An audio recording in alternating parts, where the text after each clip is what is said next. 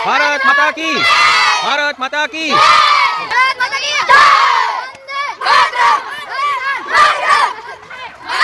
आजादी, आजादी, आजादी। भारत माता की, भारत माता की, भारत माता की, भारत माता की।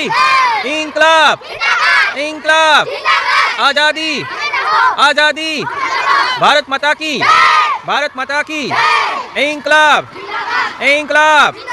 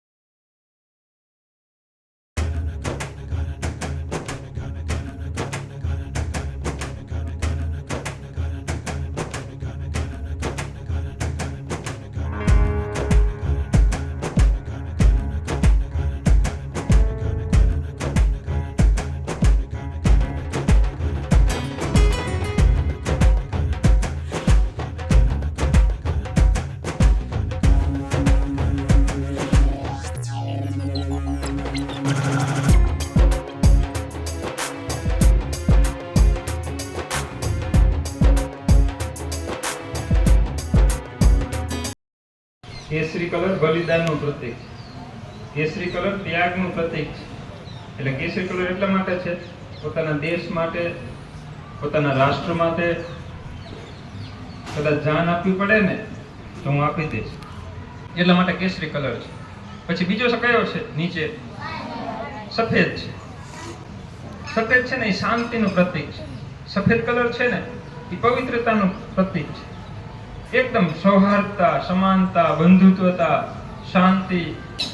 લીલો છે એ હરિયાળીનું પ્રતીક છે, સમૃદ્ધિનું પ્રતીક છે, સ્વાભિમાનનું પ્રતીક છે, પોતાના પગ ઉપર ઉભું રહેવાનું પ્રતીક છે. લીલો કલર છે ને ચારે બાજુ હરિયાળી ફેલાય એમ અમારો દેશ ધન્ય ધાનથી સમૃદ્ધ બને.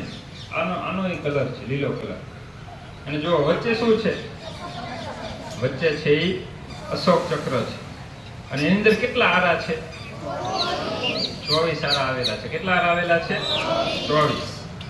શા માટે 24 આરા વાળું જે અશોક ચક્ર અંદર આખો લેવામાં આવ્યો છે? તમે જોજો, આપણો સિક્કો હોય ને, સિક્કો એમાં ખબર છે કે આપણી રાષ્ટ્ર મુદ્રા છે. રાષ્ટ્ર મુદ્રા છે ને સારનાથના સિંહની, ઓલા ત્રણ સિંહ દેખાય આપણને. હકીકતમાં એ 3 નથી, કેટલા છે? 4 છે. એની નીચે આરવી પ્રતીક હશે, તમે જોજો નીચે છે ને, એની નીચે આરવી હશે. જોયું છે કોઈ? તમે જોઈજો હજી નોટમાં શાંતિથી. આ પ્રતિક્રિયાને અહીંયાથી લેવામાં આવ્યું છે. અશોકે બંધાયો તો સારનાથનો શિલાલેખ સ્તંભ, એમાંથી ના અશોક ચક્ર લેવામાં આવ્યું. અને એના કેટલા આરા છે? 24 આરા. કેટલા છે? 24 આરા. એટલા માટે કે આપણે બધાએ આપણા દેશ માટે, આપણી જાત માટે, આપણી શાળા માટે 24 કલાક મહેનત કરશું. 24 કલાક દોડશું.